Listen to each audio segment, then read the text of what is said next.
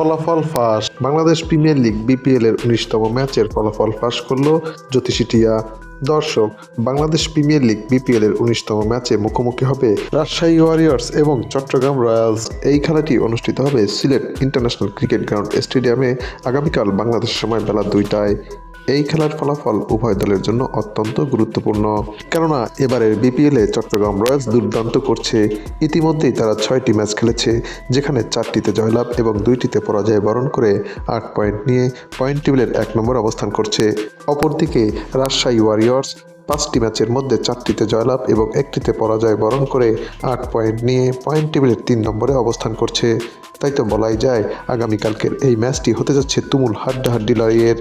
এদিকে শক্তি এবং সামর্থ্যের দিক বিবেচনা করলে চট্টগ্রাম রয়্যালস এবং রাজশাহী ওয়ারিয়র্স প্রায় একই রকম, যদিও এই দুই দলের সর্বশেষ 5বারের দেখায় চট্টগ্রাম রয়্যালস 2বার এবং রাজশাহী ওয়ারিয়র্স 3বার জয়লাভ করেছে। তাই তো এই ম্যাচের ফলাফল নিয়ে ক্রিকেট ভক্তদের মাঝে দেখা দিয়েছে তুমুল উত্তেজনা। যদিও এই ম্যাচের ফলাফল নিয়ে ক্রিকেট বিশ্লেষকদের মতে রাজশাহী ওয়ারিয়র্সই জিততে চলেছে, তবে সবাইকে চমকে দিয়ে এই ম্যাচের ফলাফল একদিন আগেই ফাঁস করল জ্যোতিষী টিয়া।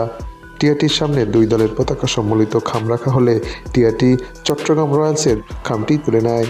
তাই তো বলাই যায় টিয়ার ভবিষ্যৎবাণী সত্য হলে আগামীকালকের ম্যাচে চট্টগ্রাম রয়্যালসই জিততে চলেছে। সুপ্রিয় দর্শক, বাংলাদেশ প্রিমিয়ার লিগ বিপিএল এর 20তম ম্যাচে কে জিতবে, চট্টগ্রাম রয়্যালস নাকি রাজশাহী ওয়ারিয়র্স? তা আপনিও জানাতে পারেন আমাদের এই চ্যানেলের কমেন্ট সেকশনের মাধ্যমে।